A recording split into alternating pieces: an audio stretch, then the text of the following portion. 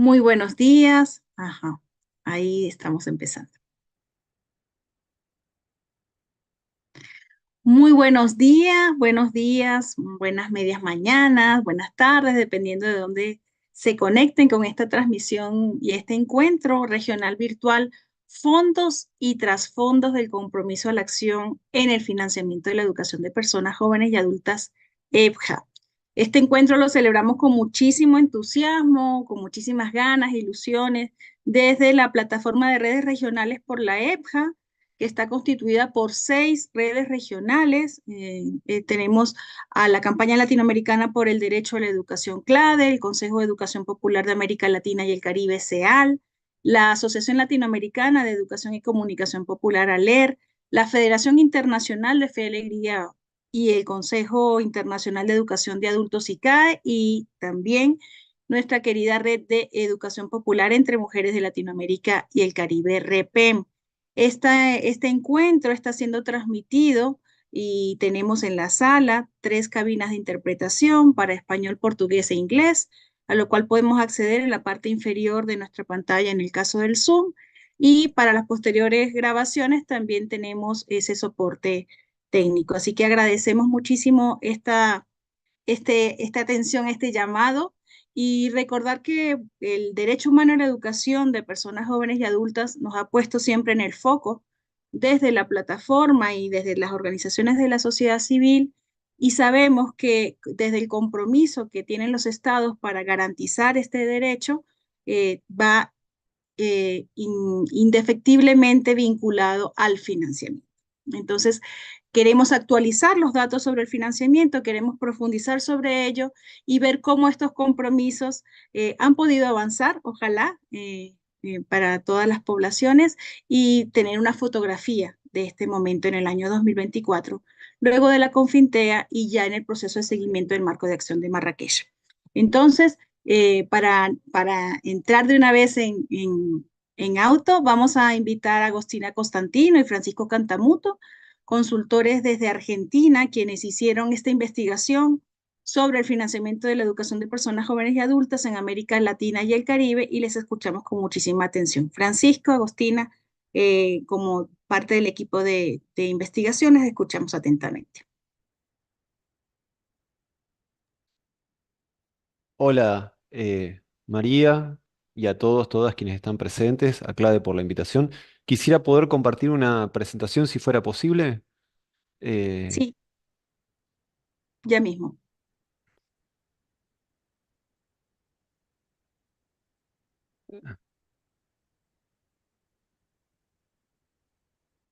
Ahí me dicen si la pueden ver con claridad. Perfecto, muy bien. Arrancamos por el final, ¿no? Bueno, 10 minutitos. Eh, bueno, de nuevo, gracias a quienes están presentes, escuchando, y lo que voy a presentar es una sucinta eh, una pequeña parte del informe que hicimos para CLADE el año pasado en términos de financiamiento de la educación de personas jóvenes y adultas, que en adelante me voy a referir como EPJA. Primero que nada, algo que va de suyo, pero no está de más dejar de señalar, la importancia de la EPJA, del planteo de educación a lo largo de toda la vida, como derecho humano consolidado en convenciones y acuerdos, como el aspecto que tiene que ver con la mejora de las trayectorias propias personales en términos de empleo y desarrollo personal, pero también a nivel agregado para el desarrollo económico que genera mayor productividad, un mercado de trabajo más dinámico y mejora en términos de la cohesión social por los valores cívicos que permite construir. Y no solo eso, que hace entonces al desarrollo personal y de la sociedad en términos políticos y económicos, sino que además tiene un fuerte factor de mejorar las oportunidades en términos de género y de manera interseccional. ¿Por qué? Porque en general las mujeres y las mujeres empobrecidas y de pueblos originarios son las primeras que tienen que abandonar la escolarización obligatoria, y por lo tanto, cuando apuntamos a sostener y fortalecer la EPJA, es allí donde tenemos potenciales beneficiarios en poblaciones particularmente discriminadas por el resto del sistema educativo. Los compromisos de financiamiento a la EPJA se pueden rastrear en distintas declaraciones y reuniones que se han ido sucediendo a lo largo del tiempo en las últimas décadas. En particular, en la Agenda 2030 para el Desarrollo Sostenible, se incluye específicamente dentro del objetivo del desarrollo número 4, Derecho Humano a la Educación, en las metas 4 y 6, una referencia explícita al desarrollo de capacidades y competencias para personas jóvenes y adultas. Lo señalo porque esta agenda que nos da una directriz para poder trabajar y exigir a los estados el cumplimiento, de alguna manera queda implícito y no siempre ha sido tomado en cuenta. En otros trabajos que hemos realizado para CLADE, en torno al monitoreo del financiamiento a la educación, hemos visto que algunos países tienen problemas para cumplir los compromisos generales. Como veremos a continuación, en relación a personas jóvenes y adultas, tenemos algunos problemas más incluso. Los estados tienen la obligación de destinar recursos al financiamiento de la educación, y esto ha sido señalado de manera muy explícita en el marco de acción de Marrakech, en el punto 29, que muy explícitamente señala la relevancia de este componente en el financiamiento. Estos detalles se pueden ver con más tranquilidad en el informe oportuno. Lo que quiero señalar es que ha habido una sucesión de declaraciones, acuerdos, convenios entre estados que incluyen América Latina, que explícitamente señalan la importancia y la relevancia de financiar la educación para personas jóvenes y adultas bajo el enfoque de aprendizaje a lo largo de toda la vida.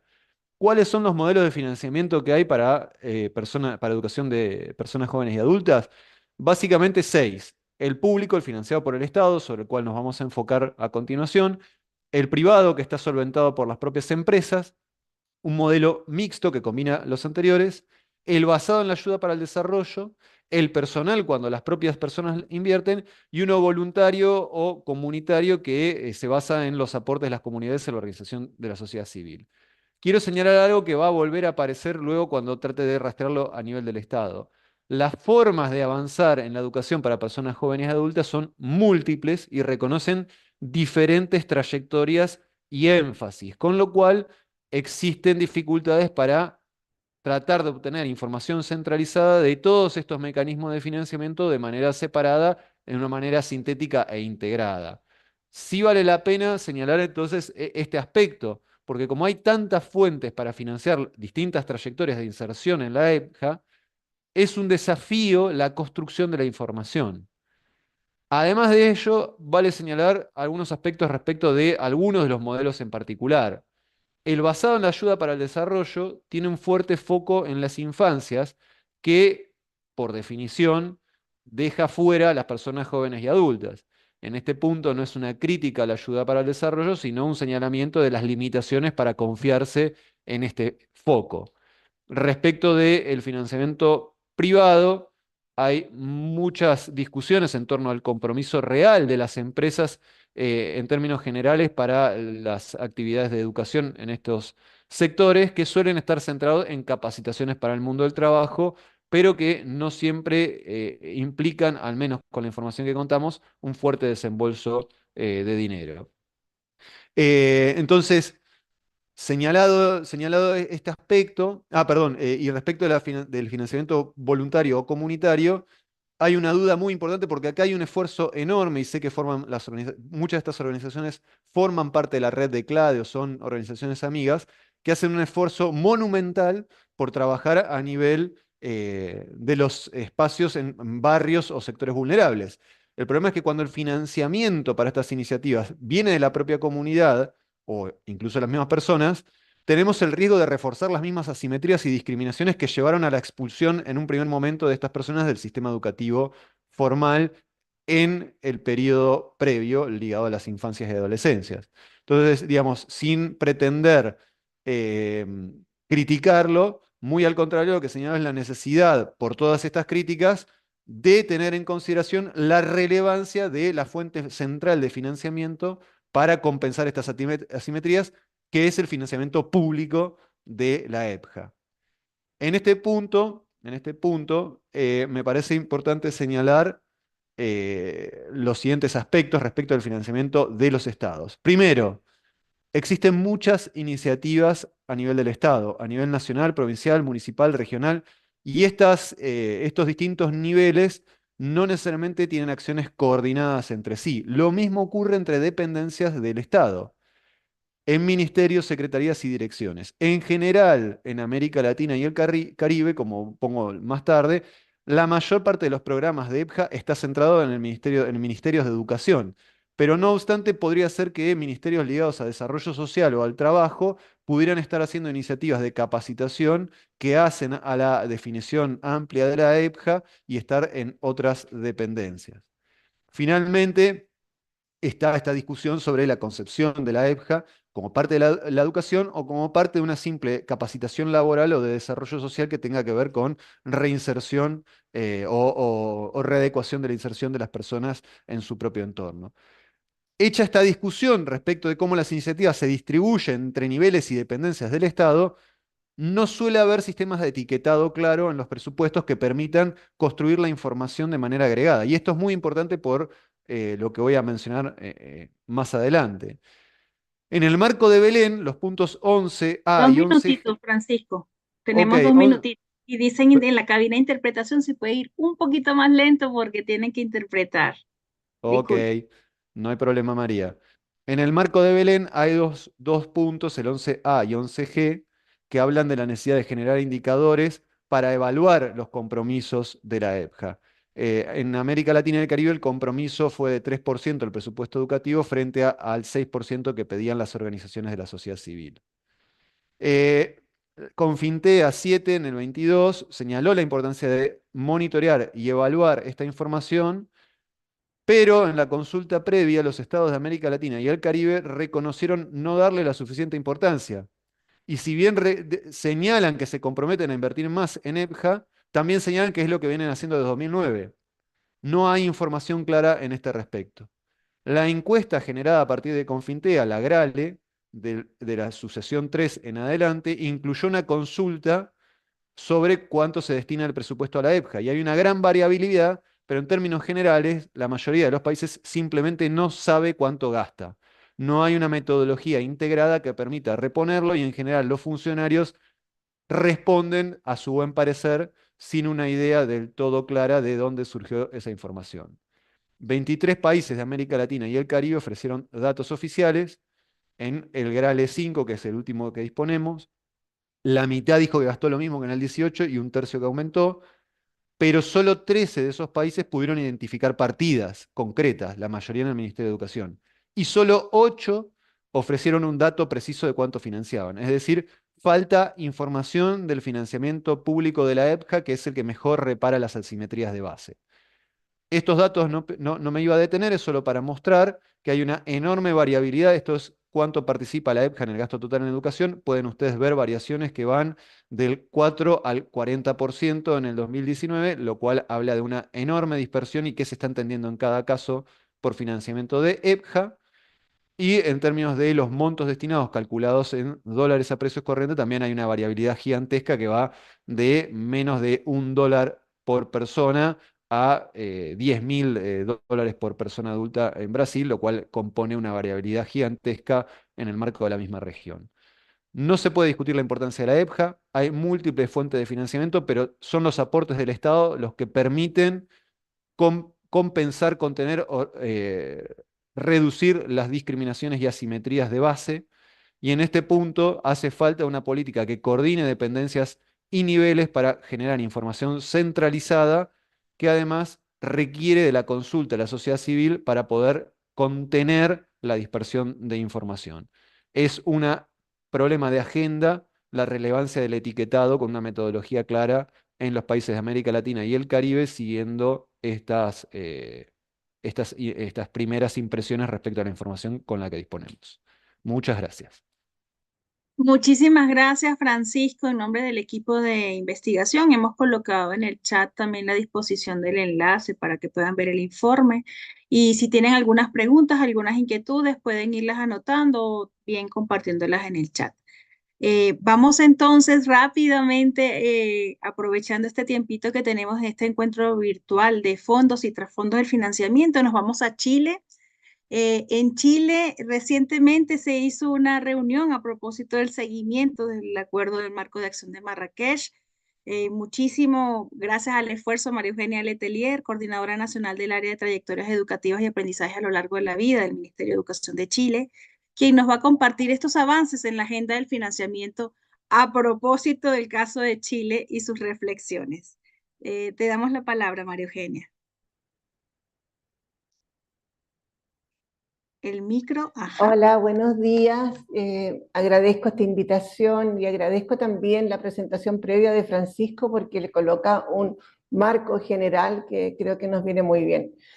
Quiero decirle, lo primero es que pensé mucho si valía la pena o no, o qué es lo que tenía que hacer respecto a una presentación. Pero empezaron mis propias preguntas y yo lo que voy a hacer en esta presentación es compartir preguntas. Voy entonces a ver si... eh, no, estoy... Ahora sí.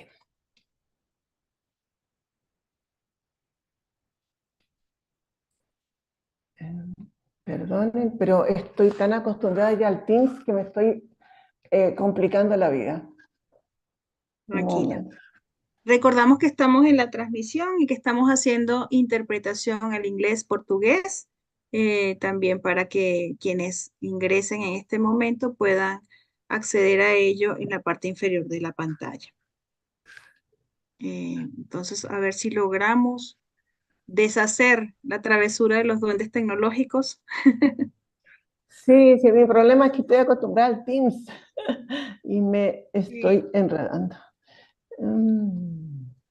Aquí está. Perfecto. Ahora sí. Muy bien. Voy a ponerla en modo presentación. Eh, ahora sí. Yo la primera pregunta que me hice, ¿es solo un problema de financiamiento o es expresión de otros problemas? Porque como bien decía Francisco, llevamos años, décadas, diciendo la falta de financiamiento a la ERJA y reclamando y poniéndolo los compromisos en forma reiterada.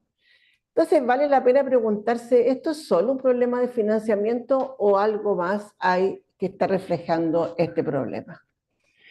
Y yo creo que a pesar de todo lo que nos señalaba Francisco y que estamos completamente de acuerdo en términos de la contribución de la EPCA a la sociedad, sin embargo, la educación con personas jóvenes y adultas sigue siendo bastante invisible. La contribución que hace la educación con personas jóvenes y adultas es bastante invisible para las políticas públicas y yo diría también para el sistema educativo en general.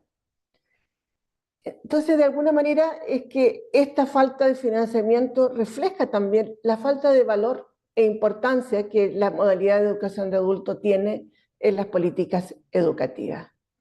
Y también refleja de alguna manera la dificultad que tenemos nosotros desde el campo de la educación de adulto para convencer realmente sobre los alcances y el valor de la educación de personas jóvenes y adultas. Lo decimos, lo fundamentamos. Yo, créanme, desde mi labor dentro del Ministerio de Educación llevo unas 6 minutos hechas contando la importancia de la educación de adultos, la dificultad para el financiamiento, las implicancias que tiene ese financiamiento, pero esos argumentos no son suficientes. Algo está pasando de la forma que estamos comunicando. Entonces hay una dificultad para identificar cuáles son las asignaciones y gastos relacionados específicamente con EPCA. Hay distintas partidas presupuestarias que no permiten avanzar en evaluaciones y análisis más precisos. Es la misma idea que decía Francisco. Entonces, ¿el financiamiento es solo presupuesto disponible? Otra pregunta que también yo misma me hago, no es un tema que, es una pregunta, efectivamente. Y aquí entonces tenemos una serie de temas que yo creo que hay que de alguna manera transparentar. El financiamiento es una combinación de la capacidad de gobernar para lograr recursos y los cambios presupuestarios y normativos que se requieren. Y el tema no es solo a nivel del Ejecutivo, es el Estado el que debe hacerse cargo. porque pasamos de un gobierno a otro con recursos que no cambian la estructura de financiamiento. Y en eso, o sea, en la forma de gobernar también incide como la herencia del pasado. No se gobierna en el aire, se gobierna también con las estructuras y amarres pasados. Y yo les digo, en el caso de Chile hay estructuras y amarres de la época de la dictadura, del año 81. Hay estructuras del régimen de financiamiento, pero del régimen en general, que son herencias de modelos previos. Y esas herencias que no solamente tienen que ver con la labor del Ejecutivo, sino también del Poder Legislativo, que tiene que ver con el PIB, o sea, en cuanto incide también el Producto Interno Bruto, cuáles son las focalizaciones que se hace, como Francisco decía, que siempre es la infancia. Entonces, hablar de financiamiento es hablar de estructuras, no es hablar de presupuesto solamente. Entonces, ¿cómo pasar de los compromisos y recomendaciones a la construcción de una política de financiamiento para la EPGA? Esa para mí es la pregunta clave, porque no tenemos una política de financiamiento. Y ahí coincidimos, todas las declaraciones internacionales, el rastreo que ya hicieron en el estudio que encargó la CLADE, o sea, absolutamente todas, incluyendo la última conferencia que tuvimos de seguimiento de la Confintea en Santiago de Chile el 14 de noviembre del año pasado, que nos acompañó Nelsi, en forma muy brillante, por cierto. Entonces, siempre las recomendaciones son estas, ¿no? Pero también hay un tema. No solamente se pueden hacer recomendaciones, es cuáles son los estudios que avalan este mecanismo de financiamiento. Cuando hablamos, y también hubo una reunión de ministros que brillantemente fue de Educación y de Hacienda, en enero de este año en Santiago, pero la pregunta es, ¿cuáles son los estudios que avalan? Entonces tenemos estudios parciales, pero no tenemos para decir, por estas razones, fundamentado tal. Entonces tenemos aproximaciones, bases documentales, pero falta el estudio. Y en el otro tema que nos parece que está relevante, en el proceso presupuestario, esto lo dicen en la Agenda 2030 y en el balance que se hizo en América Latina, que por ahí veo a Alejandro Vera, que me imagino que él también se va a referir a este tema. Pero hay una idea, fuerza que me parece que es muy importante. En el proceso presupuestario es donde se priorizan las políticas públicas y se expresa la articulación y coherencia entre la planificación de los presupuestos. Por lo tanto, si no tenemos incidencia en el proceso presupuestario y la incidencia en su más grande sentido, en todos los ámbitos, esto no va a ser modificado. ¿Cómo hacemos incidencia en el presupuesto? Y también hay que preguntarse, bueno, ¿qué papel pueden jugar o deben jugar las agencias de cooperación? ¿Pueden suplir ese déficit? La respuesta yo creo que no. Pueden ayudar a que esto se coloque en agenda, pueden hacer incidencia, pero obviamente por más cooperación internacional no va a modificar las estructuras presupuestarias, pero sí la incidencia, y eso yo creo que aunque siga haciendo recomendaciones, hay que seguir haciendo eso también, pero no basta. Entonces, bueno, aquí hay alguna pequeña reflexión sobre la gobernanza, compromiso y financiamiento de las ODS. Creo que esto siempre se puede leer y por lo tanto lo voy saltando porque entiendo que siempre tenemos problemas con los tiempos. Pero sí, nos queda un minutito, María Eugenia. Ya, entonces, bueno, quiero decir esto que está allí. A mí me parece que esta idea clave que se surgió los balances de los Objetivos de Desarrollo Sostenible de América Latina, me parece que es fundamental, es lograr un nuevo posicionamiento que visibilice la contribución a la sociedad. Ese es un gran desafío para nosotros. Y quisiera terminar como también diciendo, bueno, ¿qué pasa con el financiamiento de la EPGA en Chile? Yo les decía que desde el lugar en que me encuentro he hecho muchísimas presiones, distintas fundamentaciones, minutas, en fin. Sin embargo, es muy difícil. Yo les voy a contar por qué. La subvención en Chile, toda la subvención, esto es difícil de explicar, me va a dar 2 minutos, María, para poder explicar esto. En Chile la subvención de todo el sistema educativo es una subvención que se paga por asistencia de alumnos, de estudiantes. El costo de la subvención se calcula por la subvención, se calcula por asistencia media. Entonces, no es que tú tengas una subvención basal fija. Los establecimientos funcionan de acuerdo con la cantidad el financiamiento funciona de acuerdo con la cantidad de estudiantes que hay. La subvención de la educación de adultos es la más baja de todo el sistema escolar, de todos. Pero además, la incidencia del modo de cálculo de asistencia media, que esto es una ley, la ley de subvenciones proviene de la época de la dictadura, voy a insistir en esto, se han hecho remociones, pero proviene de allí, porque aquí hay un cambio súper neoliberal de la educación que se hizo en esa época y que tenemos las consecuencias hoy día. Entonces, la subvención se calcula por asistencia media, debido a las características y condiciones de las y los estudiantes de nuestra modalidad, que no todos los días van a clase, que tienen dificultades de acceso, que hay un montón de dificultades post pandemia o durante la pandemia, que se han ido reflejando en la incapacidad que hay de asistencia todos los días. Además, la ESCA no tiene acceso a otras subvenciones, como podría ser la subvención escolar preferencial, que es para estudiantes de alta vulnerabilidad. No hemos conseguido eso.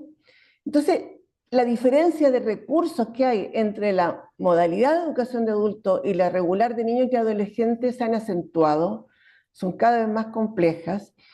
Y allí tenemos entonces que, digamos, hay una serie de otras subvenciones que es largo, esto es súper complejo. Yo creo que las personas que se dedican como a estudiar la subvención, que me ha tocado hacerlo para poder fundamentar posiciones, es sumamente complejo el entrar, digamos, en el tema de la subvención.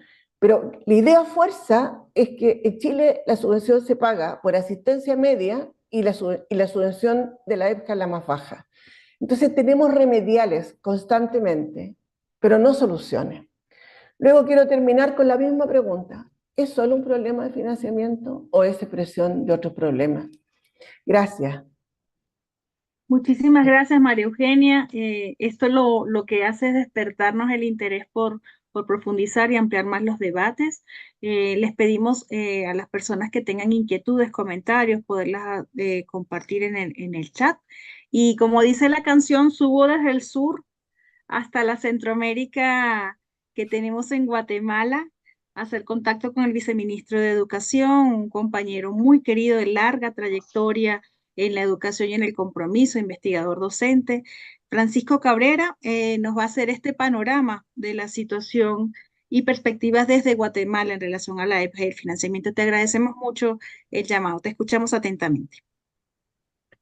Muchas gracias, María, y muchas gracias a la CLADE por esta invitación, siempre con temas tan provocadores, inquietantes como ha sido la trayectoria, eh, y también a las organizaciones que participan, el CEAL, por supuesto, eh, que tiene una buena parte de mi corazón y mi trayectoria, y de coincidir feliz aquí con colegas de toda la región como María Eugenia y Rosy y otros que ya he visto por ahí.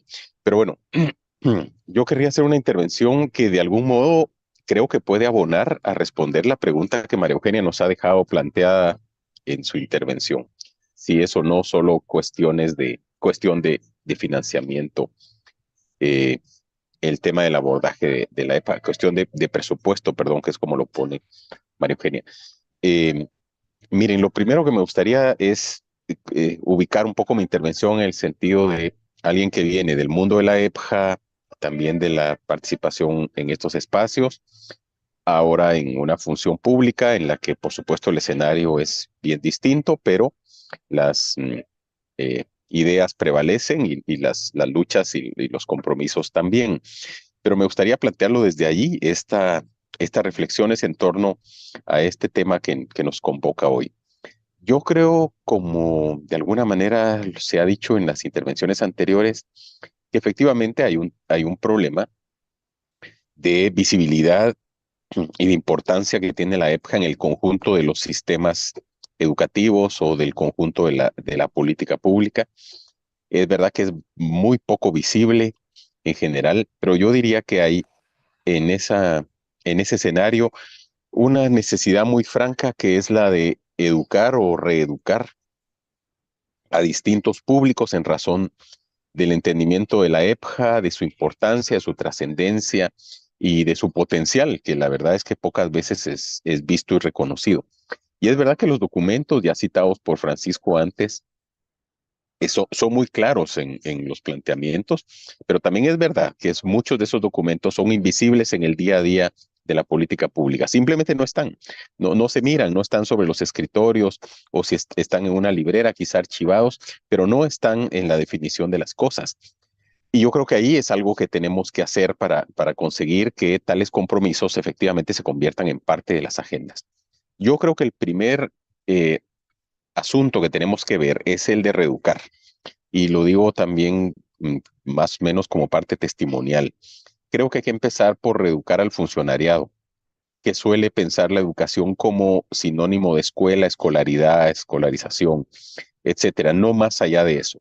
¿Verdad? El funcionariado suele seguir un poco lo que dijo antes también María Eugenia, la trayectoria de lo que ya venía, que quedan hechos amarres y que es muy difícil luego soltar esos amarres, aunque haya un cambio de gobierno y aunque haya un enfoque de gestión distinto. Entonces sí que hay que reeducar al funcionariado, que es, me parece, el primer reto. Funcionariado que trabaja, por ejemplo, en la planificación institucional, que trabaja en la planificación presupuestaria, etcétera, que simplemente no ve esto ni ve la necesidad de incluirlo. No ve por qué. Además, son presupuestos limitados, así que sumar compromisos no es, digamos, una idea primaria, sobre todo en quienes vienen eh, trabajando en estas esferas. Luego hay que reeducar a la clase política, porque es verdad que la clase política juega un papel, pero tampoco mira la importancia de la EPJA, no mira menos la educación de los adultos en particular, todavía la de la gente joven, pues bueno, se entiende que puede tener un efecto económico, un rebote importante, etcétera, pero la de personas adultas es muy difícil de explicar y ahí hay otro ejercicio de reeducación que hay que hacer. Y luego en la sociedad, porque también la sociedad no suele ver esto como parte de uno de sus derechos. Sí miran, sí exigen, por ejemplo, las poblaciones que se ponga una escuela para niños, para niñas, para que se atienda, que se coloquen los maestros donde no los hay, que se entreguen los libros, etcétera. Eso sí se ve como un derecho, pero que las personas adultas accedan a programas, a oportunidades alternativas, etcétera, eso no se ve como un derecho. Yo, de mi experiencia también en varios países de la región, he visto que los programas de esta naturaleza, las personas que participan todo el tiempo están ultra agradecidas. Siempre lo están agradeciendo muchísimo. Gracias al presidente, gracias a tal organización, gracias a tal, porque se mira como algo que es un esfuerzo extraordinario de alguien para ofrecer alguna oportunidad. Es decir, la propia sociedad no está mirando el derecho a la educación a lo largo de la vida. Y eso creo que es un primer punto. Entonces quería colocar como primera idea eh, la importancia de reeducar, de recolocar el tema y de seguir avanzando en esa dirección. Mi segunda idea tiene que ver con la rigidez de las programaciones presupuestarias, particularmente desde la política pública. Y efectivamente, ¿verdad?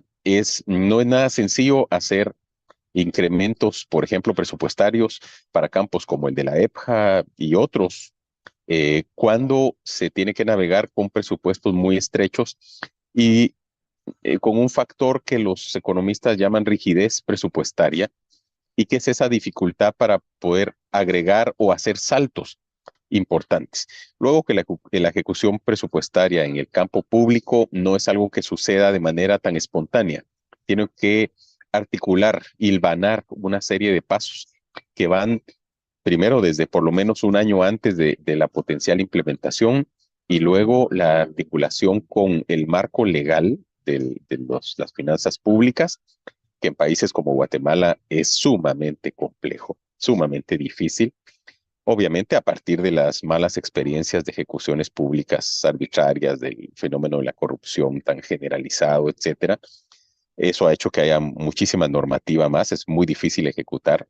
Pero bueno, digamos, hay que alinear todas esas cosas, todas esas piezas, para que finalmente se pueda, primero, justificar un incremento a los financiamientos que van para la EPJA. Y la EPJA tiene necesariamente que disputar los financiamientos con otras muchas necesidades. Así que ese ejercicio de romper la rigidez presupuestaria es todo un reto, en realidad, sobre todo en sistemas educativos que de suyo están funcionando con eh, una baja o una insuficiencia a nivel de los recursos disponibles. El caso de Guatemala puede ser un poco extremo en la medida que está en la saga de la región en términos de lo que se invierte en el conjunto de la educación, medido como porcentaje del PIB, pero es una realidad común, creo, a los países de América Latina y el Caribe. Así que bueno, hay un tema ahí que tiene que ver con la rigidez. ¿Cómo se cambia eso? Se cambia no rápidamente, hay que hacer trazos de mediano y largo plazo, no se cambia de un año para otro. Esto toma tiempo y hay que hacer esfuerzos que primero justifiquen que más recursos para la EPJA son no solo deseables, sino que además necesarios y que van a tener un efecto positivo. Y luego hay que asegurar que estos recursos, especialmente los recursos nuevos, van a poder ser ejecutados. Es decir, se van a invertir efectivamente. Y eso significa que tenemos que también que tener la capacidad, por ejemplo, si se crea un programa nuevo o si se incrementa uno que ya existía, la capacidad de uh, incluir a todas las personas que podrían haberse beneficiado y efectivamente que se beneficien para que a la hora de la rendición de cuentas haya una ejecución efectiva.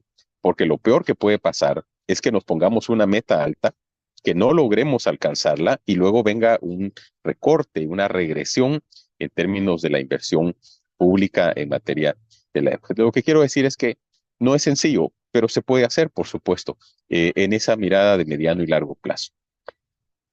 Yo quisiera colocar también una tercera idea en el sentido de la importancia de colocar en el imaginario social el derecho a la educación a lo largo de la vida y de vincularla con cuestiones prácticas, con salidas rápidas hacia beneficios particulares que pueden tener las poblaciones, hacia mejora de oportunidades, hacia condiciones pues mejores. Porque en la medida que la EPJA se piensa como se piensa la escuela, que va a tener un efecto de largo plazo, es muy poco atractiva. Acordémonos que las personas jóvenes y adultas o jóvenes con responsabilidades de adultos, todo el tiempo están buscando respuestas rápidas a problemas que están enfrente, no a los problemas del futuro. Están pensando soluciones al agobio económico, laboral, a la falta de trabajo posiblemente, a la migración. Un país como Guatemala tiene una expulsión inmensa de jóvenes todos los días que van hacia el norte, particularmente hacia los Estados Unidos, cruzando México, pero también por Guatemala, que es un país de paso. Estamos mirando todos los días enormes contingentes de personas que vienen desde el sur o que vienen incluso de otros continentes, que pasan por acá para cruzar luego México, que es inmenso, hacia la frontera de los Estados Unidos y luego a ver qué pasa. Entonces, ante un fenómeno como esto, donde, por ejemplo, en múltiples lugares de Guatemala que limitan con México, lo que estamos mirando en las escuelas eh, básicas o primarias para niños y niñas, lo que estamos mirando es que la matrícula se cae. Los niños se están yendo. Apenas llegan a los 11, 12 años, ya están empezando a migrar. Entonces tenemos escuelas que se han quedado casi sin alumnos. Eso es un fenómeno que no se veía hace unos 20 años o hace incluso 10 años, les diría. ¿Por qué? Porque el país no les ofrece oportunidades y entonces la gente se está yendo, como no es sorpresa, creo yo, para nadie en este foro. Así que tenemos millones de personas cada vez más grandes en los Estados Unidos. Lo que el sistema educativo guatemalteco ha encontrado es una forma de también ofrecer programas a los jóvenes y adultos guatemaltecos que están fuera del país. Esto lo hacen varios países de la región. Entonces hemos encontrado forma de hacer programas con eso. Pero, ¿qué es lo que pasa? Ya lo que quiero colocar aquí es que la educación de jóvenes y adultos no está en el imaginario social. Las personas no lo están mirando. Están pensando en la escuela. Qué aburrido volver a la escuela, ¿verdad? Regresar a la escuela para tener que hacer 5 años o para poder conseguir un diploma que al final sirve de muy poco, cuando la EPJA tendría que ofrecer salidas más rápidas, oportunidades más inmediatas, condiciones de mejora material rápidamente, y eso me parece que es un aspecto muy importante que deberíamos mirar en el campo de la EPJA, quienes trabajamos en él. Pero bueno, y mi cuarta idea, y con ella querría terminar esta intervención, es que la educación de personas jóvenes y adultas, como cualquier otro planteamiento que se hace al nivel de política pública o de acción pública, es una acción política y hay que enfocarla también como una acción política. Si queremos que la EPJA crezca, si queremos que los presupuestos, que ya Francisco lo explicó con claridad y además creo que aquí todos conocemos los informes del GRALE y hemos visto el fenómeno mundial de marginalidad de la EPJA en términos de la inversión pública. Algunos casos son extremos, los tenemos en América Latina y el Caribe, pero debemos entender que si queremos que esa realidad cambie, hay por lo menos dos cosas. Ciertamente hay que politizar el tema en el sentido correcto de volverlo un tema político, no un tema, digamos, social solamente, sino un tema político, un tema de política pública. Y para que sea un tema de política pública hacen falta, creo yo, dos cosas que están una en un extremo y otra en otro. Es decir, particularmente, hace falta quien dentro del sistema impulse el tema, impulse la demanda, impulse en este caso la EPJA. Es decir, hace falta funcionarios que estén en esto, que estén comprometidos, que traten de impulsar, de crear, de hacer avanzar. Pero también, y muy importante, hace falta quien lo exija, hace falta quien demande. Y eso es lo que no estamos teniendo. No tenemos quien exija EPJA. No hay grupos, no hay comunidades que estén exigiendo la EPJA. Muchas de las cosas que suceden en el poder público, en acción pública, se hacen en respuesta a demandas. Cuando hay una demanda social alta, aún no haya presupuestos asignados, se encuentran las formas para asignarlos y para responder y atender, porque una presión social suficientemente fuerte puede hacer mover a los gobiernos, a los parlamentos, a la estructura política del país. Pero en este caso no la tenemos y yo creo que eso es algo en lo que deberíamos trabajar de manera que fuera mucho más factible imaginarnos un escenario futuro en el que esos números que hemos visto hoy nuevamente puedan haber variado de una manera sustantiva. Bueno, dejo ahí esas 4 ideas, un poco como dije, pueden ser en el orden un poco testimonial, pero también intentando responder a los planteos que acaban de hacer Francisco y María Pérez. Les dejo un abrazo, mucho gusto. Gracias, María. Muchísimas gracias, Francisco. Hemos tomado nota, seguimos tomando nota de este rico intercambio que se está dando.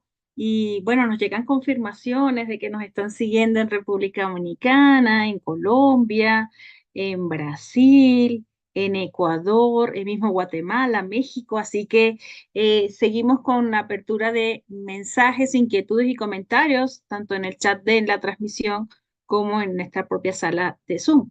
Justamente desde Colombia dice que se percibe una gran invisibilización de la EPJA en el Estado y en la sociedad, a pesar de ser tan importante, ya que la oportunidad de muchas personas acceder a su derecho a la educación, siendo cada vez más creciente el número de personas que han sido expulsadas del sistema educativo en diferentes niveles. También Alejandro Ventura nos dice que es una pena que EPJA no solo es el tema de financiamiento, también es minimizar su importancia en la medida que las políticas ministeriales tratan de verlo en lenguaje, métodos y formas como si fuera la escuela de niños y niñas. En el caso de República Dominicana se considera como un retroceso, esto a propósito de las intervenciones de María Eugenia y de Francisco. También Clementina Suero, se requiere visibilizar los programas formativos de la EPJA, y su importancia para el desarrollo económico y la transformación de las personas jóvenes y adultas que demandan terminar sus estudios y contar con una formación técnica laboral. Seguimos animando los comentarios y ahora volvemos al sur. María, Ahí, ¿sí? disculpa que te interrumpa, pero creo que vale la pena leer estas dos preguntas para que Francisco vaya pensando las respuestas en Ah, una siguiente tanda. sí, a ver, déjame ubicar porque, ajá. De Mauricio Velasco, muy interesantes las presentaciones. Tengo dos preguntas para Francisco. ¿Por qué más universidades o centros de estudio no investigan en temas como la contribución que hace la EPJA, por ejemplo, en el fortalecimiento de la empleabilidad de las personas jóvenes, u otros que evidencien la contribución de la EPJA en la economía? ¿Y por qué la información sobre EPJA a nivel de los estados no se consolida a través de los institutos nacionales de estadísticas y censos que se supone construyen indicadores y hacen estudios estadísticos sobre áreas como la educativa? También César Picón nos habla sobre el trabajo de innovación de los frentes de trabajo que podemos abordar en la siguiente intervención. Entonces, esas dos preguntas sobre la academia y el compromiso de la investigación y los datos vinculados al censo y el acceso a la información. Me parece que Francisco nos había dicho que tenía una salida porque iba al Congreso. No sé, Francisco, si te tomas 2 minutitos, si tienes posibilidades de responder antes de que debas marcharte a comparecer allí. Me refiero a Francisco Cabrera, no a Francisco Cantamuto. Me parece, a ver, creo que ahorita ya posiblemente esté de movilización. Igual tomamos nota y a lo mejor en la sesión de ampliación con el resto de personas podemos tratar de dar respuesta. Ah, ahí María, está, Francisco. podía, sí, estoy justo por movilizarme. Felizmente estoy aquí muy cerca del Parlamento. Eso lo preví de esa manera para poder llegar a tiempo. Así que bueno, Sí, querría, si te parece, puedo ahora intentar responder estas preguntas. sí, claro, entendemos la situación. Entonces, por favor, toma la palabra para intentar responder. Sí, te escuchamos. Bueno, ya, de acuerdo. Miren, yo creo que lo que pasa en términos de los institutos de estadística y las instituciones similares es que efectivamente ellos ven los temas a nivel de las principales urgencias de los países. Y este es un tema que, como dije antes, no está visibilizado en esa agenda, ¿verdad? No se ha suficientemente documentado el impacto y el beneficio que tienen, por ejemplo, que creo que César Picón mencionó en su comentario, el efecto positivo que tiene la EPJA, por ejemplo, en la generación de mejores ingresos, mejores economías para las familias y consecuentemente también para el país. Creo que eso hay que documentarlo, hay que mostrarlo más.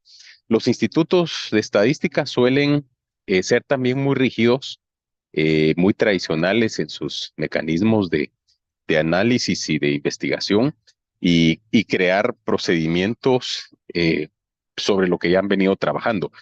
Por eso me refería yo antes también a la necesidad de hacer una reeducación del funcionariado. Hay que mostrarles estos temas, hay que ponerlos sobre la agenda. Es bueno que en las reuniones como la de enero que mencionaba María Eugenia hayan estado ministros de Educación y ministros de Hacienda. Yo creo que esa es una buena práctica, insuficiente, claramente insuficiente, porque los ministros de Hacienda van a las reuniones, igual que todo el mundo, dicen que sí, se comprometen, pero cuando regresan chocan con la realidad. Y la realidad está basada en las demandas que hay. Así que yo creo que por eso la acción estratégica estén tanto de quienes estamos en la función pública temporalmente, pero sobre todo de quienes están en el activismo social, en la organización comunitaria, es visibilizarlo, exigirlo, convertirlo en eso. Un derecho es derecho hasta que se exige. Si no se exige, es papel, ¿verdad? Es teoría. Y yo creo que la EPJA es posiblemente en nuestro caso uno de los ámbitos que requieren más que otros ese salto de las declaraciones de papel a los compromisos y las acciones. Pero bueno, muchas gracias, María. Y aprovecho a saludarles y a dejarles mi cariño, mi aprecio y espero que podamos coincidir una nueva ocasión. Ojalá que Gracias. sea así y la mejor de las suertes en tu jornada. Ahora sí, gracias por haber aprovechado este momento para ampliar. Seguimos motivando a comentarios, preguntas, tanto en YouTube como en Facebook. Recordamos que estamos haciendo la transmisión con inglés y portugués, entonces por eso también nos piden los compañeros y las compañeras intérpretes ir modulando un poco más lento para que su trabajo pueda ser un poco más llevadero. Entonces, recordamos que esta invitación es gracias a la plataforma de las redes regionales y justamente ahora bajando hacia el sur, ahí sí, retomando otra vez en Santiago, pero en la oficina de la UNESCO, con el jefe de la Unidad de Monitoreo y Planificación de Educación, Alejandro Vera, quien amablemente también aceptó este diálogo para que nos comparta estas reflexiones sobre el financiamiento público educativo de la EFJA, desde los datos disponibles y desde lo que nos puedas compartir. Alejandro, te escuchamos atentamente. Bueno, buenos días a todos y a todas. Un placer estar aquí. En primer lugar, muchísimas gracias a María, a la Clade, bueno, y por supuesto a Nelsi, siempre liderando allí desde esa organización, la invitación a este encuentro. Y como tú decías, cuando me llegó la invitación, el título o el pedido era la situación de financiamiento desde los datos. Entonces, mi primer pensamiento fue, bueno, va a ser una presentación muy corta, ¿no? Porque datos es lo que más nos falta, como bien lo decía Francisco al comienzo de la reunión. Pero bueno, lo que traté de armar y ahora voy a compartir con ustedes es mirar, tratar de poner a la educación para jóvenes y adultos en el contexto más general de lo que es el financiamiento educativo en la región. Bueno, y hablar un poco de lo que sí sabemos del financiamiento, especialmente lo que surge, como ya presentaba Francisco, de los informes del UIL, del Instituto de la UNESCO para el aprendizaje a lo largo de la vida y sus informes GRALE. Así que voy a compartir entonces, si me dan un minutito, la pantalla y ahí empezamos a conversar. Si no se ve, me confirman, pero debiera estar todo bien. Sí, se está viendo perfecto. Bien, miren, en primer lugar, simplemente retomar lo que ya decía Francisco sobre esta dificultad de construir información precisa sobre el financiamiento de este sector que es la educación para personas jóvenes y adultas. El GRALE mismo, la última versión de GRALE hace una síntesis de cuáles son los principales problemas que coinciden con los que comentaba Francisco al principio, ¿no? En primer lugar, esa naturaleza descentralizada que tiene este sector, dentro, digamos, la cantidad de actores que trabajan sobre la EFJA dentro del sector público, fuera del sector público, obviamente esa complejidad hace difícil construir información, no solamente financiera, sino también información en general, ¿no? También tenemos un problema de datos, de estadísticos sobre este sector. Y cuando hablamos de diferentes niveles de gobierno, también obviamente eso genera cierta dificultad para consolidar. Digamos, yo estoy hablando en este caso de información, pero genera dificultad para consolidar la propuesta, para consolidar políticas, para establecer una armonización de lo que se está haciendo en el sector, en esos distintos niveles de gobierno. También sabemos que no existe un presupuesto específico para esta modalidad, para este sector. Y eso quisiera detenerme un segundo, porque bien lo mencionaba muy bien María Eugenia en su descripción del caso chileno, complejo si los hay, de que el financiamiento de la EFJA digamos, en nuestra región está de alguna manera asimilado al financiamiento público de la educación, principalmente, dentro del Ministerio de Educación, con lo cual corre el mismo camino que corre el financiamiento público, pero a pesar de ello, en algunos casos no logra participar de todos los programas y de todas las alternativas que tiene el financiamiento público, como bien nos lo decía María Eugenia, ¿no? O sea, corre la misma suerte, pero no tiene los mismos beneficios a veces que el resto de las modalidades o de niveles. Así que ahí hay un tema en el que trabajar. Bueno, dicho estas dificultades, como les decía, quería quizás tomarme algún minuto para decir que, bueno, si el financiamiento de la EPJA es parte de este financiamiento mayor, que es el financiamiento público de la educación, pues tenemos que saber en qué está este financiamiento. Ya lo dijo Francisco también, y lo ratificaron tanto María Eugenia como Francisco Cabrera. Existen compromisos internacionales que se repiten en distintos instrumentos, tanto generales como aquellos que atienden la educación de adultos. Y en el caso del financiamiento, todos conocemos estos rangos recomendados por el marco de acción de la educación 2030, que es que el financiamiento público debiera estar entre el 4 y 6% del PBI y entre el 15 y 20% del gasto público total. Cuando vemos qué ha sucedido en nuestra región respecto al cumplimiento de estos dos indicadores, si hacemos una mirada larga, una mirada de mediano plazo, que está en estos balances que mencionaba María Eugenia sobre el cumplimiento de estas agendas en nuestra región, vemos que en los últimos 20 años, en general, el promedio de países en la región ha estado cumpliendo estos mínimos, ¿no? Estamos por arriba de ese 15% del gasto público total y estamos por arriba de ese 4% del Producto Interno Bruto. Sin embargo, lo que sí llama la atención es que durante el periodo reciente, el periodo que va entre el 2015 en adelante, que coincide con el establecimiento de la nueva agenda, de la Agenda 2030 de Desarrollo Sostenible, hay un cierto estancamiento y una cierta desaceleración de esos esfuerzos, ¿no? Si uno ve en el segundo indicador, se nota muy claramente cómo, habiendo logrado un pico en el 2014, empezó un declive de ese esfuerzo de financiamiento. Todavía estamos por arriba de los umbrales requeridos, pero hay un estancamiento de ese financiamiento público. Esto para la educación en general. Cuando miramos la educación de adultos, por lo menos lo que nos dice el GRALE, vemos que se ratifica esta situación.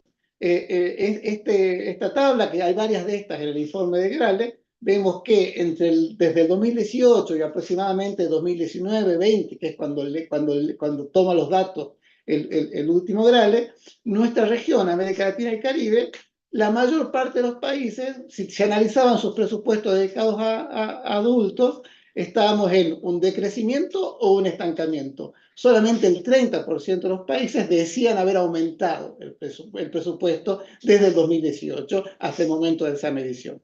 Con lo cual vemos que es consistente con lo que veíamos antes. Si uno promediara esto, estamos en un estancamiento de esos presupuestos. Pero lo que me preocupa más que ese estancamiento que terminaba en el 2019 es lo que ha pasado con el financiamiento público de la educación durante y después del COVID. Cuando este cuadro, que viene de un reporte reciente que se presentó en la reunión ministerial que mencionábamos recién de enero de este año, en un informe de CEPAL sobre el financiamiento educativo de la región, vemos, si ustedes se fijan, esta es la distribución del presupuesto del gasto público social entre sus distintas líneas, ¿no? Salud, protección social, vivienda, cultura, educación. La parte celeste es la educación. Y si ustedes ven, históricamente la educación ocupa alrededor del 35% de la inversión social, más o menos un tercio de la inversión social va a educación. Hubo un cambio importante durante el COVID. Pasó del 35 al 30 en el 2020 y eso se repite en el 2021. Esta información nos confirma algo que se decía mucho durante el COVID, y era que la educación no estaba siendo priorizada en los planes para enfrentar el COVID y en los planes de recuperación del COVID. Digamos, esto que se decía mucho, hoy tenemos la información que lo evidencia. Y esto es lo que le está pasando al financiamiento público de la educación. Pero como ya dijimos, la educación de adultos está atada al financiamiento público de la educación, con lo cual esto le está pasando también a la educación de adultos, ¿no? Con lo cual esto es una tendencia preocupante, porque a ese estancamiento que mencionábamos se suma esta caída durante el COVID, y es la situación en la que nos encontramos hoy. Si tuviéramos que hacer un balance de más o menos cómo están los países, acá están estas famosas franjas, ¿no? 15 al 20% del gasto público total, abajo, 4 al 6% del PBI en el eje, en el eje vertical. Y vemos nuevamente que hay una situación que tenemos que romper porque los países podrían argumentar que están cumpliendo, ¿no? O sea, los países pueden argumentar que se encuentran en esas bandas. Si ustedes ven el cuadrante que queda por debajo de las bandas, son muy pocos los países los que están allí. Pero en realidad, eso, como todos sabemos, está siendo insuficiente para cumplir con una educación como la que nuestras agendas internacionales y nacionales exigen.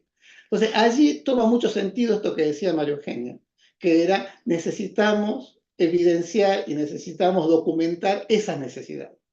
Por cómo le decimos a un país que está cumpliendo el 4% del PBI, que está cumpliendo el 15% del gasto público total dedicado a educación, que eso es insuficiente. Para eso hay que seguir trabajando en documentar cuál es la educación que necesitamos y cuánto cuesta esa educación, ¿no? Para lograr romper esa inercia en la que venimos de estancamiento y eventualmente desaceleración. Yo quisiera tomarme un par de minutos más para, por ahí, mencionar 2 o 3 temas interesantes que figuran en el GRALE. Posiblemente ahora los colegas del UIL también lo van a mencionar, pero creo que hay 2 o 3 cosas que vale la pena destacar que sí sabemos de la educación de adultos. Una, que yo la veo como buena noticia, aunque Francisco la presentó de manera menos optimista, es que en el GRALE figura que hay un conjunto de países de la región que son aproximadamente unos 13, acá son 23, pero vemos que es el 60%, que dicen tener una línea presupuestaria de educación de adultos. Eso es bastante interesante, porque en definitiva lo que están diciendo estos países es que en los presupuestos pueden identificar a la educación de adultos. Seguramente lo que están diciendo estos países es que tienen una línea presupuestaria dedicada a la dirección de educación de adultos al organismo que lleva adelante esto. Pero eso es una buena noticia porque en definitiva podemos hacer un seguimiento más cercano de lo que allí sucede. Mientras más países puedan identificar la educación de adultos dentro de sus presupuestos, va a haber una mejora de la información, del seguimiento, de la contability, etcétera, etcétera. Así que esto yo creo que es un buen indicio que debiéramos trabajar para que siga creciendo y que cada vez sean más esos países que tienen esa información disponible. Lo segundo que me llamó la atención del GRALE y que quería compartir con ustedes es que los países de la región, comparado con el resto del mundo, identifican todavía poca participación de actores no estatales en el financiamiento de la educación de jóvenes y adultos, ¿no? Acá en este caso estamos hablando de la cooperación internacional, estamos hablando del sector privado. Fíjense que a nivel mundial el 50% de los países identifica la cooperación internacional, el 32% identifica el sector privado. Eso es mucho menor en nuestra región, ¿no? O sea que allí todavía hay un espacio para crecer en esa cofinanciación de la educación de adultos en nuestra región. Y finalmente, esto no es para nuestra región, esto es a nivel global, pero el GRALE identifica de manera bien interesante qué énfasis hay en determinadas poblaciones dentro del financiamiento de educación de adultos. Ahí uno diría que mientras más verde y gris sea la columna, más énfasis hay en esas poblaciones. Y fíjense que si bien algunas poblaciones están bien atendidas de alguna manera, como los jóvenes, los desempleados, las mujeres, en el otro extremo están aquellas a las cuales se le está prestando menos atención. Personas de la tercera edad, personas en regímenes de penitenciarías, migrantes, pueblos indígenas, con lo cual, incluso dentro de la educación de adultos, hay un análisis que hacer respecto a qué poblaciones estamos llegando mejor, ¿no? Hay un tema de justicia, de equidad que trabajar incluso dentro de la educación de adultos, que si bien toda la educación de adultos se podría considerar como un esfuerzo de justicia a nivel poblacional, hacia adentro también tenemos grupos que podemos estar atendiendo de distinta manera y hay que prestar atención. Como les digo, esto es una información global, pero podríamos hacer un ejercicio para la región. Ya me pasé los 10 minutos seguramente, pero termino con las últimas reflexiones o los últimos mensajes que resumen de alguna manera esto que venía contando. Bueno, primero, sabemos que el actor principal del financiamiento de educación de adultos es el gobierno, y dentro de este gobierno el Ministerio de Educación principalmente, ¿no? Con lo cual, esto es una realidad. Eso hace que nuestra atención esté puesta en este sector, pero a su vez sabemos que la inversión del sector público de educación viene estancada y o decreciendo, fenómeno que se intensificó en la pandemia. Entonces acá tenemos un tema, como decía Francisco Cabrera, político que atender, de cómo romper esta inercia, cómo romper este matrimonio que está sufriendo de la tendencia general del financiamiento. Segundo, como decía Ahora recién, sí, un minutito, Alejandro, solo de cierre. en América Latina y el Caribe tenemos un espacio para mayor participación de otros actores, es decir, parte de romper esta inercia puede ser la participación de otros actores en el financiamiento de educación de adultos. Y finalmente es necesario trabajar para una distribución más justa de los recursos, porque cuando los recursos son escasos y nada hace parecer que esto vaya a cambiar de manera inmediata. ¿Por qué? Porque la situación fiscal de los países no es una situación, no estamos en un ciclo expansivo, entonces hay que prestar mayor atención al uso de los recursos.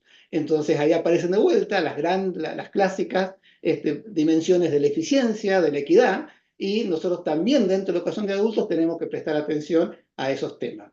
Lo que tenemos hay que invertirlo bien, e invertirlo allí donde más hace falta, como nos mostraba el último gráfico.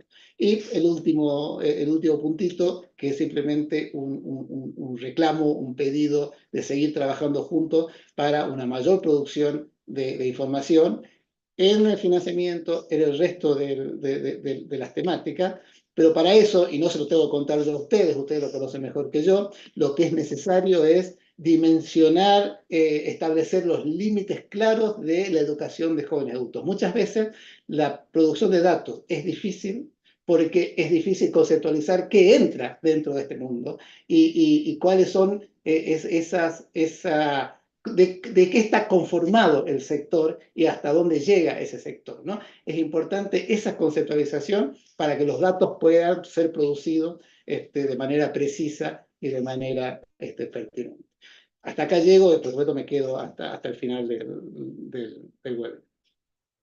Gracias, Alejandro.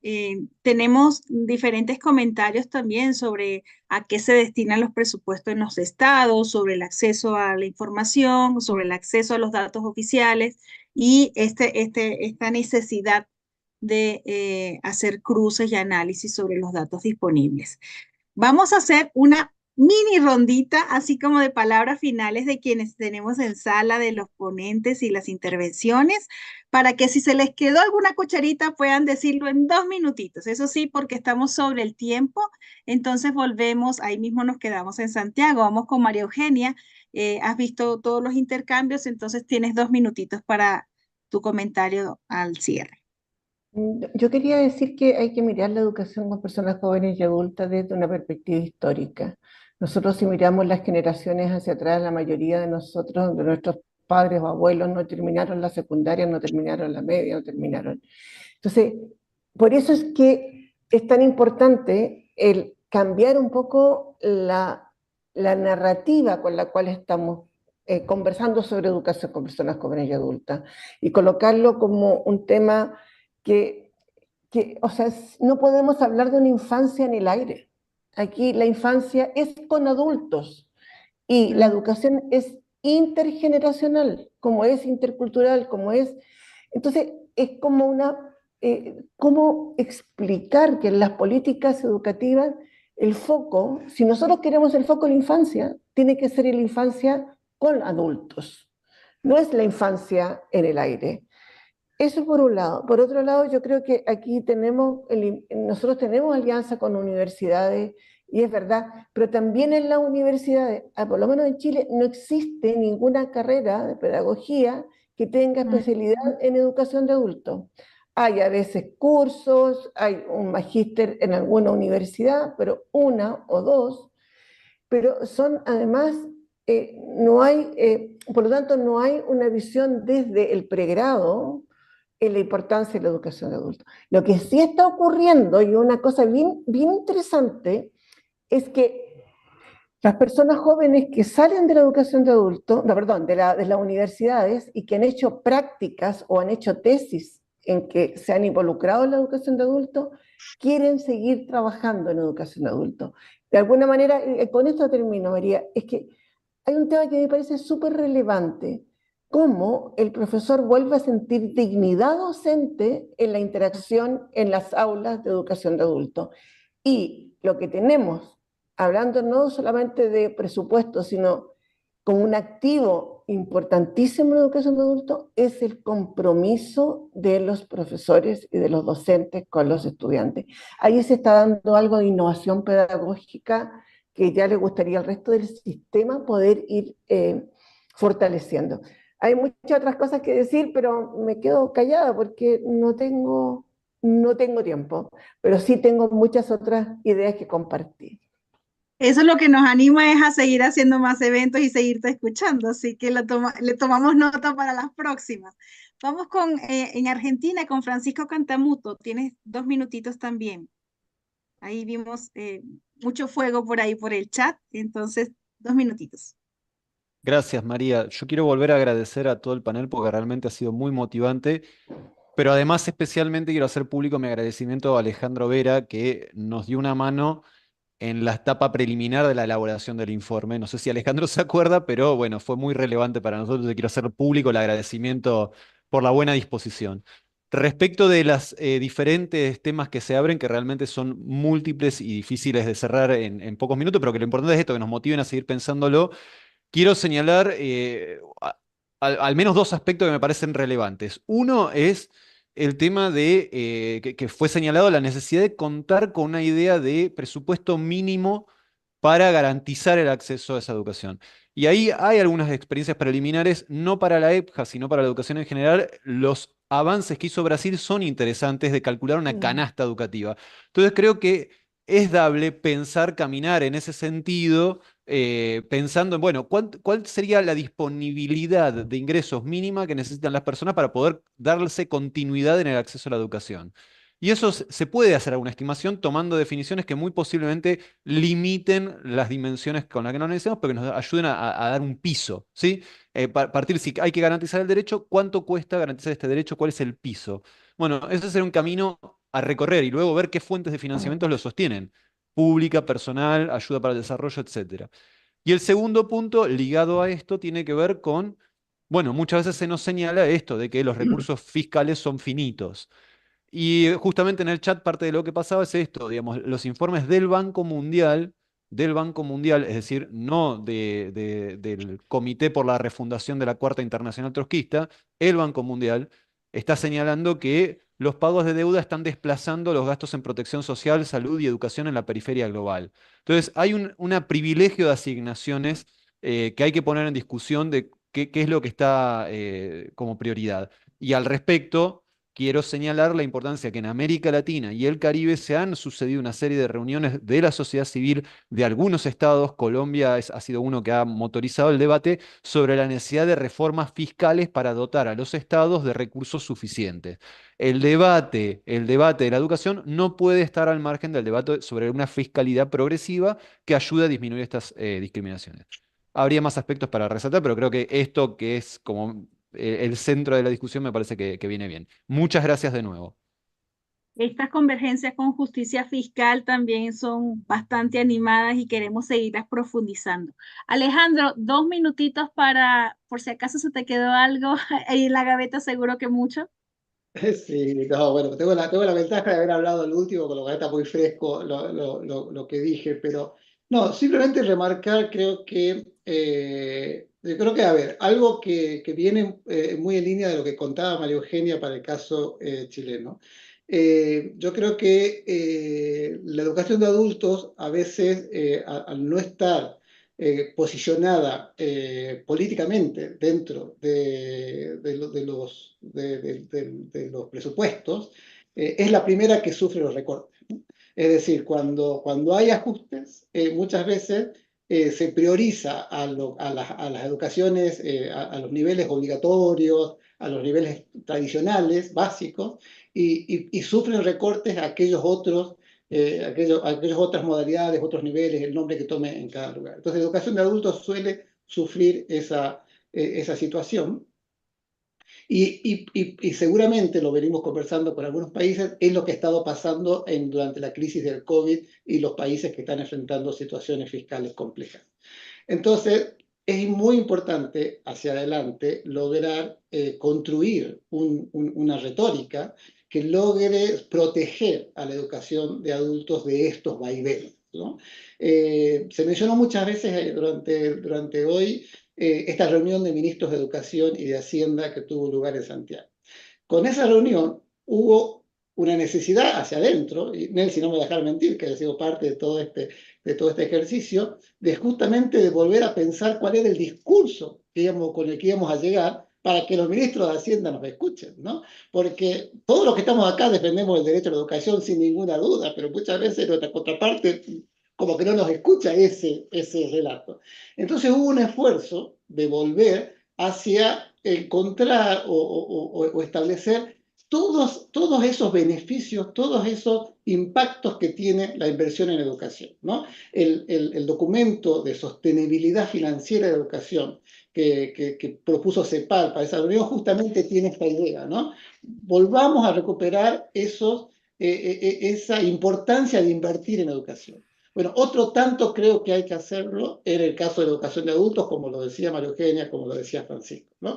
Es decir, hay que construir ese relato para posicionar a la educación de adultos y evitar que sea el primer lugar donde se van a tomar los recursos en épocas de vacas flacas, que lamentablemente es en el contexto en el que nos encontramos en los últimos años en nuestra región. Así que solamente con eso quería terminar. Muchísimas gracias, Alejandro. Vamos a pedirles que se puedan quedar unos minutitos más porque tenemos la intervención de Nicolás Jonas. Él es el jefe del clúster de monitoreo de la UIL, del Instituto de Educación a lo Largo de la Vida, con algunos apuntes del financiamiento para la EPJA, actualizaciones desde el GRALE, justamente de este Informe Mundial sobre Aprendizajes y EPJA. Él nos ha hecho llegar este video. Está originalmente en inglés, así que podemos quedarnos en la sala para escuchar la interpretación y después hacer el cierre. Entonces les invitamos por favor a escuchar con mucha atención este video. Vamos ahí con el soporte técnico. Perfecto. Good morning, ladies and gentlemen. My name is Buenas tardes, me llamo Nicolás. Yo soy el cabeza de la empresa de medicaciones. Soy del team del Instituto Mundial En de nombre UIL. de UIL, estoy No voy a poder muy estar hoy contento con de estar aquí hoy. ustedes. Gracias por la invitación. El El tema tópico de mi presentación presentación es sobre el será el financiamiento de financiamiento de la educación de planificación jóvenes y para la adultos educación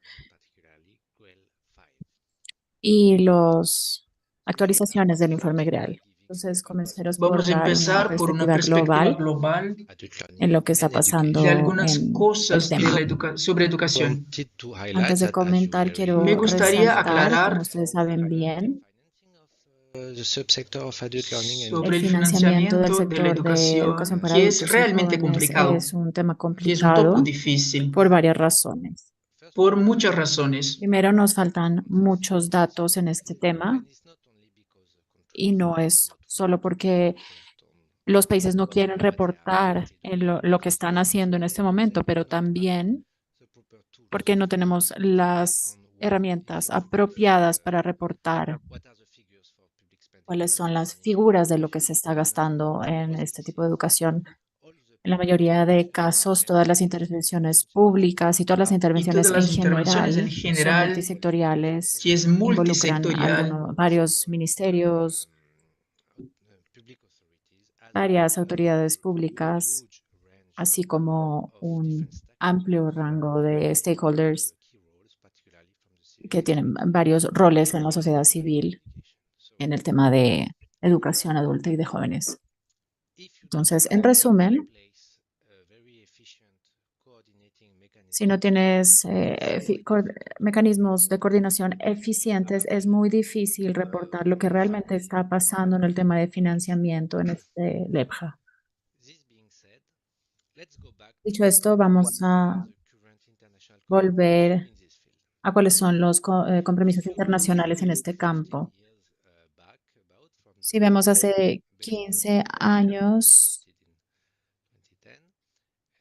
en 2010, la recomendación al EPJA, podemos ver que hay cosas que no han cambiado. Y es que los países se comprometieron a incrementar la inversión en el EPJA, pero no dieron números específicos. En todas las negociaciones en las que yo formé parte, particularmente en 2022, cada vez que intentamos incluir, de precisar metas específicas en temas de presupuestos para la educación, para el EPJA, los estados se retiraron. Es muy difícil tener un compromiso concreto. Yo puedo entender que no es solo que no quieren comprometerse, sino que es difícil comprometerse a algo en lo que no se tiene un control claro y herramientas de monitoreo claras. Pero, sin embargo, los estados se están esforzando, están intentando empoderar el sector EPJA.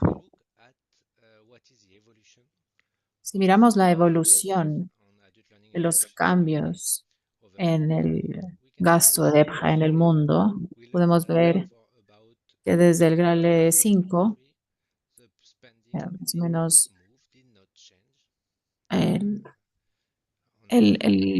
los gastos no cambiaron, no se movieron e incluso incrementaron un poco. En Latinoamérica tenemos la misma tendencia. Si miramos más en el futuro, ¿cuál es el plan en relación a los gastos? Podemos ver que los países están un poco más optimistas. La mitad de ellos planean incrementar su inversión en EPJA. Y aquí en esta situación, Latinoamérica es un poco diferente. Tenemos solo un 35% de países que se comprometen o que planifican incrementar la inversión en EPJA. Entonces, ¿cuánto exactamente se gasta?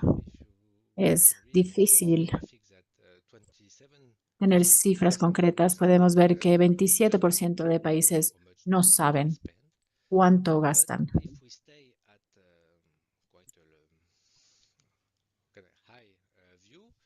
Pero si vemos desde una visión más alta, si pedimos solo un rango de gastos,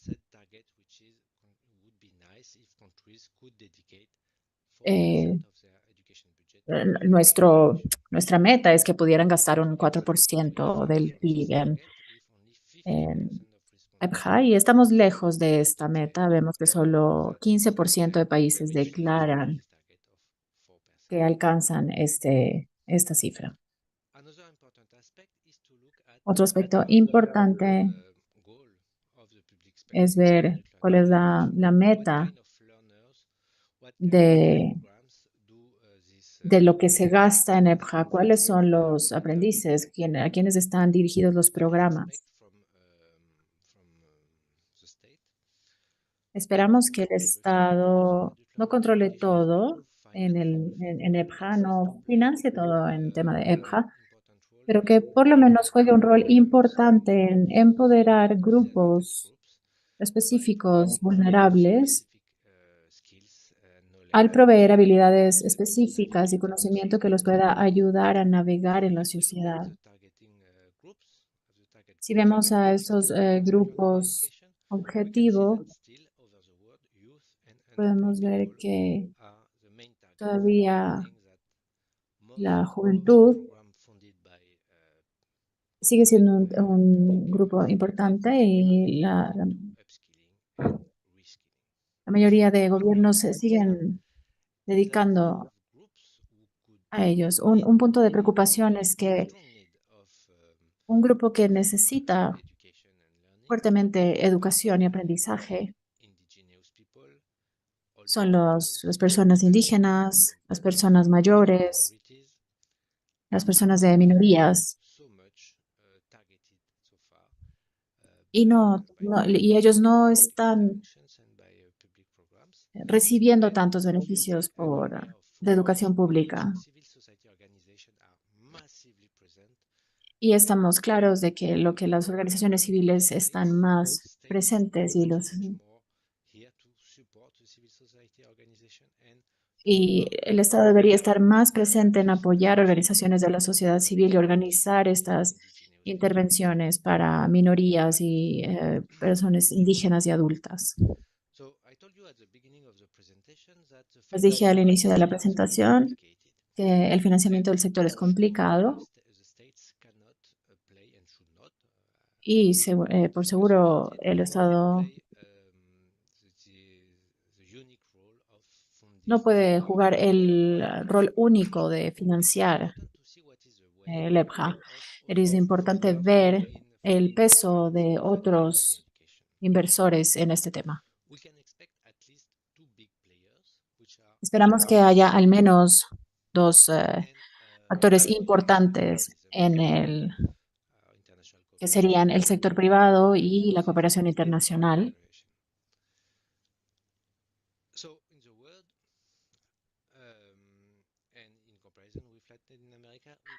Entonces, en el mundo y en Latinoamérica vemos que la cooperación hay una diferencia en la cooperación entre Latinoamérica y el Caribe y el resto del mundo. En esta región, el peso de la cooperación internacional y del sector privado es baja en el financiamiento del EPJA. Esto significa que muchas intervenciones todavía se soportan en la intervención pública. También significa que muchos programas del EPJA están auspiciados por familias. Y aquí es importante advocar en cómo el sector privado debería contribuir a estas iniciativas y ver cómo también es en su interés que la EPJA se expanda. Como conclusión, quiero volver a la calidad de la data que podemos tener en el EPJA. Con el riel podemos apuntar a...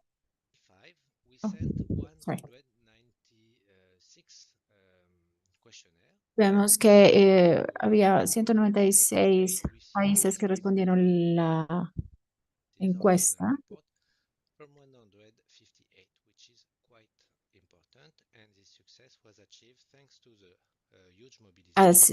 De esos países, 158 enviaron sus respuestas. Casi todos ellos alcanzaron la meta en las preguntas de financiamiento.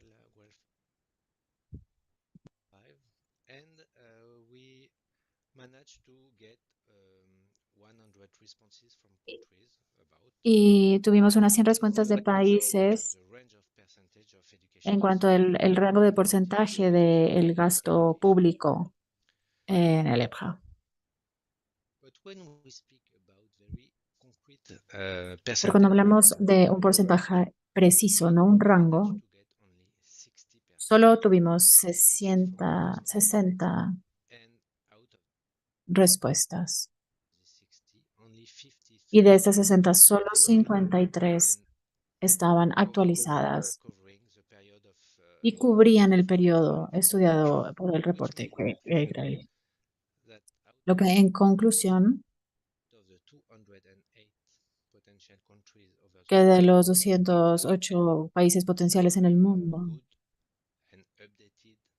Tenemos data confiable y actualizada de solo un cuarto de esos países. Y sabemos muy poco de los demás. Y esto es por lo que en el WIL estamos lanzando lo que se estima ser cuál es la parte del el gasto público que va a educación.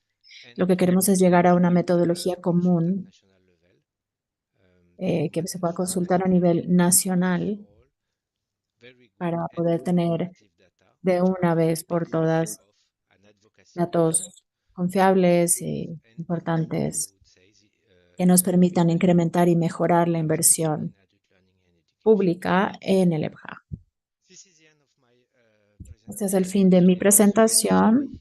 Una vez, lo siento por no poder estar ahí, me encantaría estar en un debate para conversar sobre el estado actual de la EPJA, pero espero haber compartido ideas interesantes con esta presentación.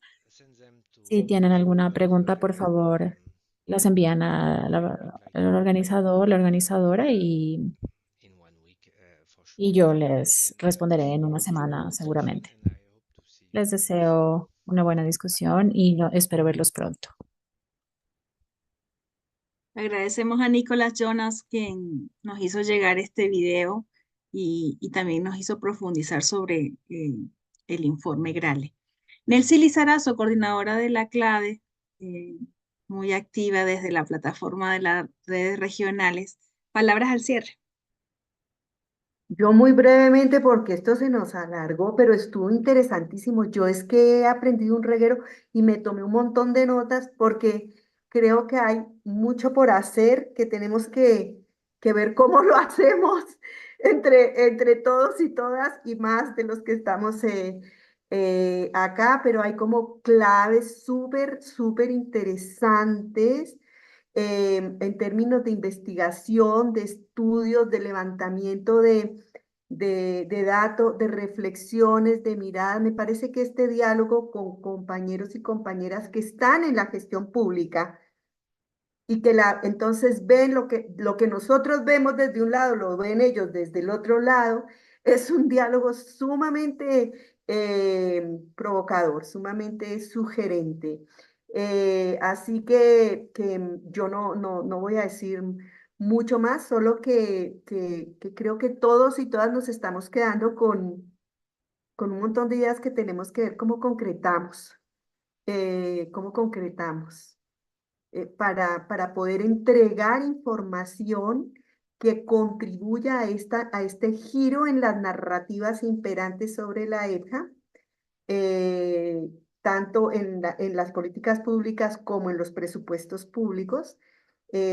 Cómo entregamos información útil para mover un poco esas estructuras rígidas del presupuesto, cómo logramos conectar los gastos y los presupuestos de EPJA, no solo desde el Ministerio de Educación, sino desde los otros ministerios y la institucionalidad pública, porque es un campo de la educación donde intervienen otros ministerios, otras ofertas, en fin. Es decir, hay una cantidad enorme de temas que todavía debemos explorar, discutir y qué sé yo, y como sostener, creo que este es el sentido de la plataforma regional y de todo el esfuerzo de estas redes y de la CLADE y de la Oreal UNESCO en relación con educación de personas jóvenes y adultas. Casi que es un esfuerzo por sostener el tema en la agenda, que no desaparezca, al revés, que tenga cada vez más presencia, más visibilidad, más importancia, que se comprenda de otra manera. Esto que decía Francisco de reeducar, y que decía María Eugenia también, todos, bueno, en fin, me parece súper importante. Solamente invitarte, yo agradezco un montón a todos y a todas y a todos los que han estado todo este tiempo, los que se quedaron hasta el final. Esto va a quedar colgado en las plataformas, van a poder usarlo para otras acciones a nivel nacional, regional, en fin, qué sé yo.